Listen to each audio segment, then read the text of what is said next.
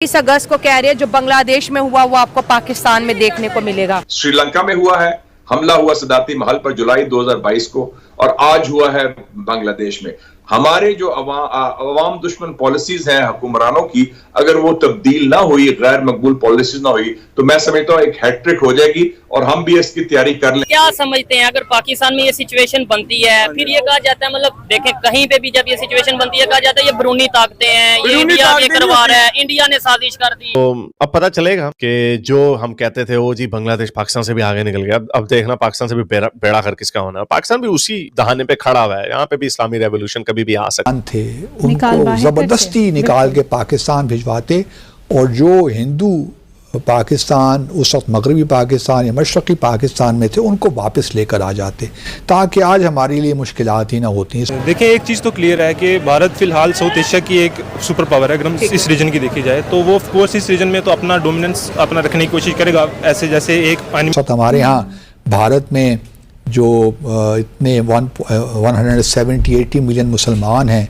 ये हमारे यहाँ ना होते तो हमें आज जो मुसलमानों के हाथों इतनी मुश्किलात पेश आ रही हैं ये ना हो। सीखना चाहिए कि हम मसले अवाम के हल कर लें, दस्ते शफा दें, जो मैं कह रहा हूँ हीलिंग टच दें, सबको साथ लेके शामिल करें और तकब्बर से बाज रहें, और ये अफगानिस्तान बनेगा। बांग्लादेश आपका अफगानिस्तान बन जाएगा और इंडिया के बॉर्डर के ऊपर ये अफगानिस्तान होगा। जो इन्होंने हिंदुओं के साथ जुल्म किया वो पता नहीं बाकी के क्रिश्चियंस वगैरह के साथ भी कर रहे होंगे, लेकिन ऑब्वियसली हिंदू की जो माइनॉरिटी वो साइजेबल माइनॉरिटी। नमस्ते दोस्तों, welcome back to my channel. दोस्तों, बांग्लादेश के हालात देखकर घबराया हुआ है पाकिस्तान, लेकिन पाकिस्तान में तख्ता पलट नहीं टुकड़े होंगे।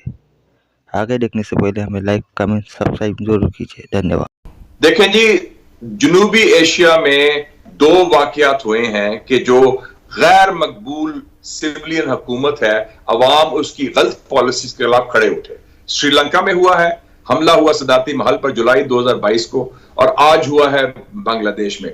हमारे जो अवाम दुश्मन पॉलिसीज हैं हुक्मरानों की, अगर वो तब्दील ना हुई, गैर मकबूल पॉलिसीज ना हुई, तो मैं समझता हूँ एक हैट्रिक हो जाएगी और हम भी इसकी तैयारी कर लें, क्योंकि ये हम कोई इम्यून नहीं है नेचर को। हमारे लोगों में भी बड़ा गुस्सा भी है और बड़ा वो फील करें, खासतौर पर इक्तिसादी लिहाज से भी और सियासी लिहाज से भी। तो ये बहुत बड़ा सबक है कि जो अवामी कुव्वत है, स्ट्रीट पावर, वो बिल्कुल मुकाबला कर सकती है स्टेट पावर का। और ये स्टेट पावर जो है ना, लगता है कि बड़ी मजबूत कुर्सी है, जैसे भुट्टो ने कहा था 77 में, और ये पता नहीं चलता है। ऐसे इस्लामाबाद में आपने देखा है आनी जानी चीज है, आज कुर्सी है एकदम गायब हो जाती है, पता ही नहीं चलता। तो ये हमें सबक सीखना चाहिए कि हम मसले अवाम के हल कर लें, दस्ते शफा दें, जो मैं कह रहा हूँ हीलिंग टच दें, सबको साथ लेके शामिल करें और तकब्बर से बाज रहें कि जी मैं ताहयात रहूंगा और जो मेरा मुखालिफ है उसको तहस नहस करेंगे। ये मुमकिन नहीं है। ये 21वीं सदी है, दुनिया तब्दील हो चुकी है, लोग बड़े शऊर वाले लोग हैं, खासतौर पर नौजवान लड़के और लड़कियां जिन्होंने इंकलाब को लीड किया है बांग्लादेश में। ऐसी कुव्वत पाकिस्तान में भी मौजूद है। और जिस लीडर ने ये स्टूडेंट रेवोल्यूशन शुरू किया था वो क्या कह रहा है जी, ये अब इस्लामी इनकलाब है। तो अब पता चलेगा कि जो हम कहते थे वो जी बांग्लादेश पाकिस्तान से भी आगे निकल गया। अब देखना पाकिस्तान से भी बेड़ा कर किसका होना है। पाकिस्तान भी उसी दहाने पे खड़ा हुआ है, यहाँ पे भी इस्लामी रेवोल्यूशन कभी भी आ सकता है और ये अफगानिस्तान बनेगा। बांग्लादेश आपका अफगानिस्तान बन जाएगा और इंडिया के बॉर्डर के ऊपर ये अफगानिस्तान होगा। जो इन्होंने हिंदुओं के साथ जुल्म किया वो पता नहीं बाकी के क्रिश्चियंस वगैरह के साथ भी कर रहे होंगे, लेकिन ऑब्वियसली हिंदू की जो माइनॉरिटी वो साइजेबल माइनॉरिटी है वहां पे। अभी भी जो उनको मौका मिला था 1970 में, चले जाते 1 करोड़ लोग चले गए थे इंडिया, लेकिन इनको बेचारे गरीब लोग कहाँ जाएं। और हैरत ये हुई कि जुबैर ने किस तरह ड्रामेबाजी प्रोपेगेंडा शुरू कर दिया। नहीं, कोई हिंदुओं के ऊपर जुल्म नहीं हो रहा, ये राइट विंग अकाउंट्स कर रहे हैं। अब ये क्या हो रहा है, अब चुप कर गया।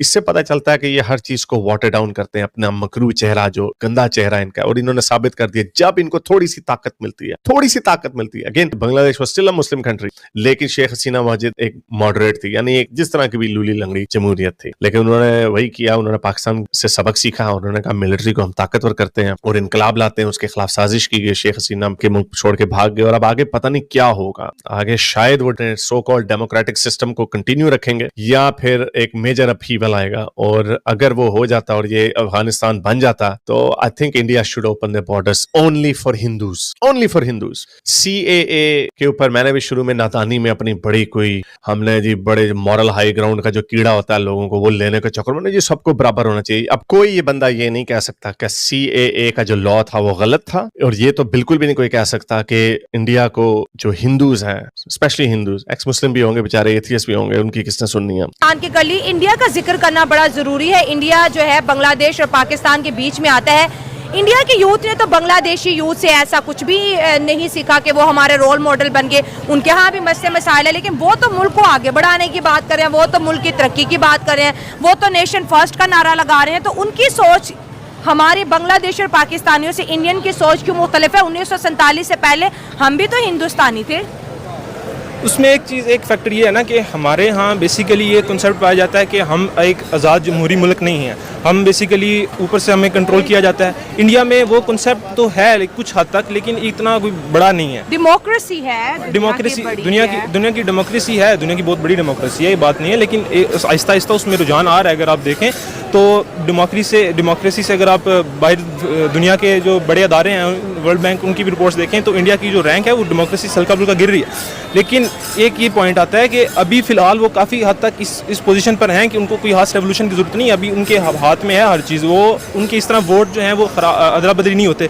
सबसे पहली चीज़, अगर वो देना चाहें किसी भी अपने प्राइम मिनिस्टर को, वोट उनका सेव है। हाँ जी, ये पॉइंट है ना। अगर उनके किसी प्राइम मिनिस्टर ने या फिर किसी से अगर एग्री नहीं करते तो 5 साल बाद उनके पास एक मौका आता है जिसमें वो उसको चेंज कर सकते हैं। हमारे यहाँ तो वो भी राइट छीनने के लिए हमसे कोशिशें की जा रही है। सर, जब श्रीलंका के अंदर लोगों ने करप्शन के खिलाफ जो है एहतजाज किया तो इंडिया ने मदद की। IMF से उनको जो है 2 बिलियन 3 बिलियन डॉलर के करीब लोन दिलवाया। आज श्रीलंका स्टेबल इकोनॉमी है।